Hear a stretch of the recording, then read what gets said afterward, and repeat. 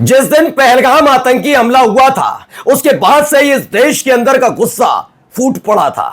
सवाल पूछा जा रहा था कि आखिरकार इस हमले का बदला कब लिया जाएगा। याद करिएगा, उसके बाद ऑपरेशन सिंदूर हुआ। 140 करोड़ भारतीय सारे हर तरह के मतभेद बुलाकर मोदी सरकार के साथ खड़े थे, बिना यह जाने बिना यह समझे कि किस तरह के हालात लगातार पैदा किए गए।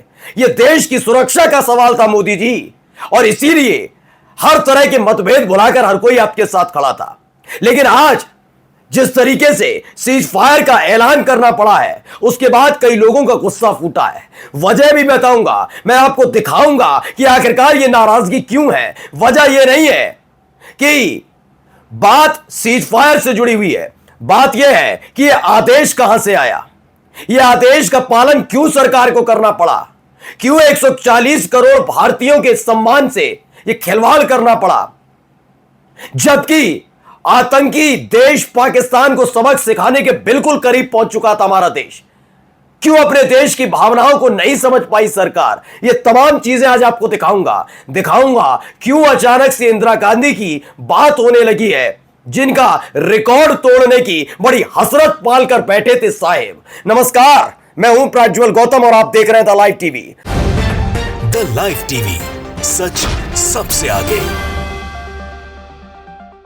आज की यह खबर जरा गौर से देखिए, पूरा वीडियो आखिर तक देखिए, क्योंकि इसमें सिर्फ खबर यह नहीं है कि सीज फायर हुआ है। बात यह नहीं कि लोग सवाल उठा रहे हैं, सवाल के आधार क्या है उन्हें समझना बहुत जरूरी है। पहले देखिए, डोनाल्ड ट्रंप का बयान मैंने आपको दिखा दिया था। इस बयान को पढ़ना बहुत जरूरी इसलिए है क्योंकि इसी में छिपा हुआ है कि किसे उसने झुकाया है। यह डोनाल्ड ट्रंप, जिसकी हैसियत, जिसकी औकात नहीं हो पाई कि वो इजराइल और गजा के बीच में सीज फायर करवा पाए, नहीं हो पाई रूस और यूक्रेन के बीच चल रहे संघर्ष को रोक पाए, उसकी हैसियत औकात कैसे हो गई कि भारत और पाकिस्तान के बीच चल रहे इस तनाव के बीच खड़ा हो जाए। जानता है पाकिस्तान एक झटके में नक्शे से गायब हो जाएगा, तो यह तरफदारी उसने भारत की नहीं, उसने पाकिस्तान की है। पहले देखिए डोनाल्ड ट्रंप का, after a long night of talks mediated by the United state. किसने कहा था तुझसे बात करने की? किसने कहा? तू कौन है बे? किसने कहा यूनाइटेड स्टेट हमसे बीच में, हमारे बीच में आए? सवाल यह उठता है, हमारे 140 करोड़ भारतीयों के सम्मान का जिक्र था इसमें। I am pleased to announce that India and Pakistan have agreed to full and immediate ceasefire. है क्यों? इस पे कहता है कॉन्ग्रेचुलेशन, दोनों को बधाई देता है ये आदमी। कॉमन सेंस तुझसे पूछा जाएगा और ग्रेट इंटेलिजेंस तुझसे पूछा जाएगा। अब यह हुआ क्यों? डॉक्टर मुकेश कुमार लिखते हैं, तो क्या आप कश्मीर के मामले में भी ट्रंप मध्यस्थता करेंगे? सही सवाल है। क्या हमारे तीसरे देश की मध्यस्थता के लिए रास्ता खोल दिया है? जवाब देना होगा अब सरकार को। जिस तरह के हालात बने थे देश के अंदर, उसके बाद क्या हमारा को नुकसान नहीं हुआ इस रिटेलिएट में? ऑपरेशन सिंदूर के बाद क्या पाकिस्तान ने हमला नहीं किया? क्या वो चुपचाप बैठा हुआ था? पुंछ में क्या हुआ हम नहीं देख रहे थे? सिरसा में मिसाइलें गिरी हम नहीं देख रहे थे? हमें क्यों सीज फायर करना पड़ा? अब ये सरकार को सवाल का जवाब देना होगा। अगर कोई और देश होता तो शायद ये सवाल ना उठता। पाकिस्तान जैसा 2 कौड़ी का देश, उसके सामने हमने अमेरिका की बात क्यों सुनी? इसका जवाब देना चाहिए। आइए आगे देखिए, यही बात जो हमने अभी कही और पढ़ी है। डॉक्टर मुकेश कुमार लिखते हैं, ट्रंप के इस बयान को गौर से पढ़िए, यह बहुत मानी केस है, खास तौर पर भारत के लिहाज से। बिल्कुल बात सही है। इन सब चीजों को जरा गौर से देखना चाहिए जो जिस लहजे में ट्रंप ने लिखा। क्यों?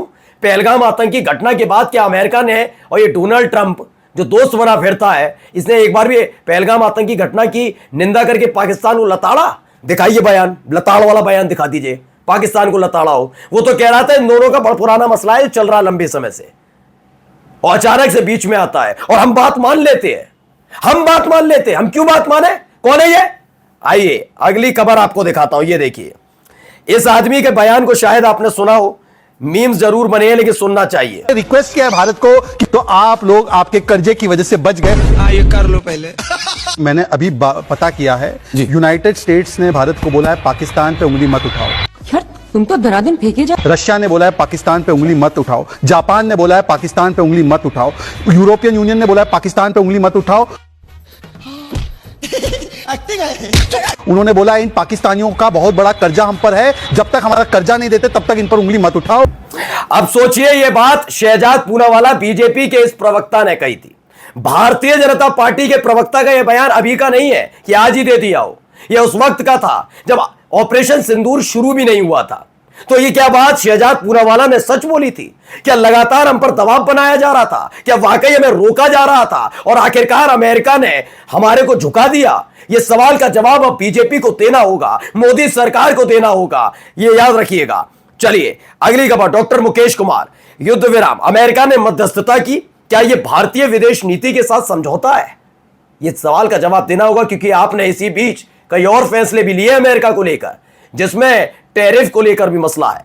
शायद आप तक खबर ना पहुंची हो कि जब पूरा देश हमारा पाकिस्तान के साथ चल रहे इस तनाव में उलझा हुआ था, अमेरिका के साथ टैरिफ को लेकर एक बड़ा फैसला लिया गया। नहीं पहुंची ना खबर? देखनी चाहिए थी आपको। क्या ट्रंप ने भारत और पाकिस्तान दोनों को एक बराबर तोल दिया है? जवान से तो नहीं लग रहा, तोलेगा भी क्यों? वो जानता है कि पाकिस्तान को जब चाहे तब हमारी सेना कुचल देगी। ऐसे में उसको डर सबसे ज्यादा भारत से था।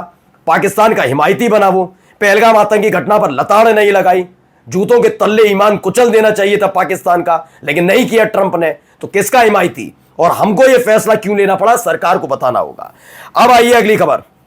दीपक शर्मा लिखते हैं ट्रंप को बड़ी कामयाबी मिली। बिल्कुल बड़ी बात है, सुनिएगा ध्यान से। आखिरकार कल बढ़ा कैसे? ट्रंप ने काफी कोशिश की कि यूक्रेन और रूस में समझौता हो जाए, लेकिन नहीं करा पाए। ट्रंप ने फिलिस्तीन और इजराइल के बीच समझौता कराने की कोशिश की पर नाकाम रहे। लेकिन 48 घंटों में ट्रंप ने 2 न्यूक्लियर देशों में सीज फायर करा दिया। गजब है। आप बता दीजिए, सीज फायर में हमने शुरू किया था, पहलगाम आतंकी घटना हमारी देन थी? नहीं ना, पाकिस्तान की थी ना।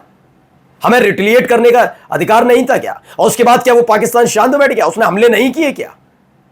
क्या ऐसे में कोई तीसरा देश जो अपने आप को जबरदस्ती विश्व गुरु और विश्व शक्ति मानता है, वो बीच में आकर हमें रोकता है हमारे ऊपर हुए हमले के बावजूद?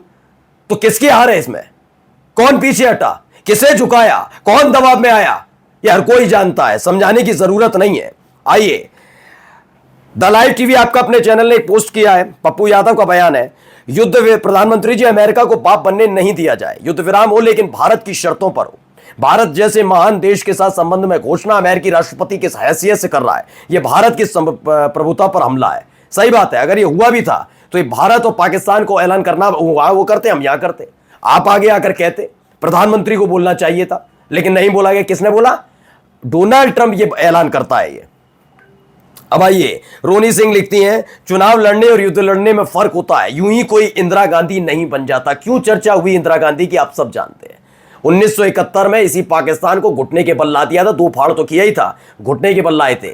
जो आज बांग्लादेश हमें आंखें दिखा रहा है ना, इसी बांग्लादेश को बनाने का श्रेय भारत को जाता है, भारत की सेना को जाता है, उस देश की प्रधानमंत्री की उस वक्त की इंदिरा गांधी को जाता है। ऐसा लो व्यक्तित्व होना चाहिए। आपको इतिहास बनाना है सिर्फ कि मैं तीसरी बार चुन लिया जाऊं, 400 पार पहुंच जाए, मैं देवता बन जाऊं, मैं भगवान बन जाऊं।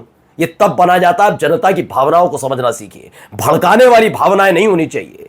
खैर आइए अगला देखिए, रणविजय सिंह भी लिखते हैं, अमेरिका ने इंदिरा गांधी पर भी दबाव बनाया था, लेकिन इंदिरा गांधी रुकी नहीं, डरी नहीं और पाकिस्तान को बांट दिया। याद करिएगा, अमेरिका ही था ये 1971। याद कीजिएगा, जब 1971 में 2 फाड़ करके रख दिया था। लेकिन हम कहां समझेंगे?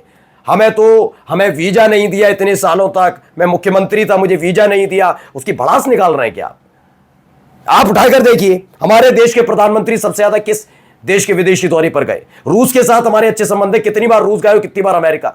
आइए एक तस्वीर आपको याद दिला देता हूं, ये सुप्रिया श्रीनेत ने की है ट्वीट। ये 1971 के वक्त की है, जब घुटने के बल ला दिया था पाकिस्तान की सेना को, हाथ जोड़कर गिड़गिड़ाए थे। ये देश की सेना की ताकत थी। असीम मुनीर को ऐसे देखने की बहुत हसरत थी, लेकिन हो पाया? उसके होने के लिए कहते हैं ना बहुत कि यूपीए के शासनकाल में ये होता है, 56 इंची सीना होना चाहिए। बिल्कुल सही कहा, 56 इंची सीना होना चाहिए। है क्या? नहीं, वो महिला होकर भी आपसे ज्यादा ताकतवर थी। आईपी सिंह, मोदी जी आप सिर्फ चुनाव लड़ सकते हैं, युद्ध आपके बस का नहीं। प्रधानमंत्री मोदी जी को तत्काल इस्तीफा देना चाहिए। इंदिरा गांधी जी की कोई परछाई नहीं हो सकता। पाक अधिकृत कश्मीर का आप चूड़ियां पहनने वाले कभी नहीं बोलेंगे। अदना सा देश पाकिस्तान के सामने झुक गए। मैं अभी कह रहा हूं पाकिस्तान के सामने झुके क्योंकि अमेरिका ने झुकाया है। ये झुके नहीं है, अमेरिका ने जो क्या कहा है ऐसा, इस पर बात होनी चाहिए। 140 करोड़ भारतीयों के सम्मान के साथ ऐसा क्यों हुआ, यह बात होनी चाहिए। कृष्णकांत, अमेरिका ने अपना 7वां बेड़ा भेजने की धमकी दी थी। इंदिरा गांधी ने कहा 7वां बेड़ा हो 70वां, हिंदुस्तान किसी से नहीं डरता। ये बिल्कुल सच बात है। और वहां पर तो कोई बेड़े की बात ही नहीं हुई, बड़ा आसानी से सब कुछ हो गया। और दुनिया ने इतिहास का सबसे बड़ा सैन्य सरेंडर देखा, दुनिया का भूगोल बदलते देखा। आज हमने क्या देखा, कल से चुनावी पोस्टर देखेंगे, बिल्कुल बात सच है। बस इसीलिए ये वीडियो ध्यान रखिएगा दोस्तों कि ये क्यों तमाशे किए जा रहे हैं। सुप्रिया श्रीनेत ने भी लिखा, अमेरिका की आंखों में आंखें डालकर पाकिस्तान के 2 टुकड़े करके विश्व का भूगोल बदल दिया था, ऐसी थी इंदिरा गांधी। याद करिएगा, इस दौर में आपके साथ पूरे 140 करोड़ भारतीय, जिसमें हिंदू, मुस्लिम, सिख, ईसाई और विपक्ष आपके साथ खड़ा था। लेकिन आपने क्या किया, oh my friend Trump, oh my friend Trump किया, ट्रंप के साथ दोस्ती निभाई। अब आप तय कर लीजिएगा कि कौन वाकई विश्व गुरु बनने लायक है या नहीं। आइए अगली खबर। एक जोक चला रहे थे जी न्यूज वाले, बिके हुए ईमान वाले पत्रकार। पाकिस्तान की राजधानी इस्लामाबाद पर कब्जा, विरोध काफी लिखते हैं, युद्ध विराम की घोषणा के बाद इस्लामाबाद पर भारत का कब्जा रहेगा या नहीं। जी न्यूज ज्ञानवर्धन करिए, बिल्कुल पूछना चाहिए। आईपी सिंह ने 56 इंच की छाती वालों को चूड़ियां भेंट करनी चाहिए। मोदी जी डायलॉगबाजी ऐसे किए थे जैसे पाक का नामो निशान मिटा देंगे, खाया पिया कुछ नहीं, गिलास तोड़ा 12 आना। युद्ध विराम हो गया। और जाते जाते खबर, द वायर जिसको ब्लॉक किया गया था, आखिरकार मीडिया में अल्लाह मचने के बाद द वायर को अनब्लॉक करना पड़ा। उम्मीद करनी चाहिए कि सरकार अब ये मूर्खता फिर नहीं करेगी, वो तो आगे जाकर वक्त बताएगा। लेकिन कल से क्या मैं कहता हूं, आज रात से ही शुरू हो जाएगा। मोदी ना होते तो मुमकिन ना होता, जबकि हकीकत यह है कि अमेरिका के सामने झुके। नमस्कार।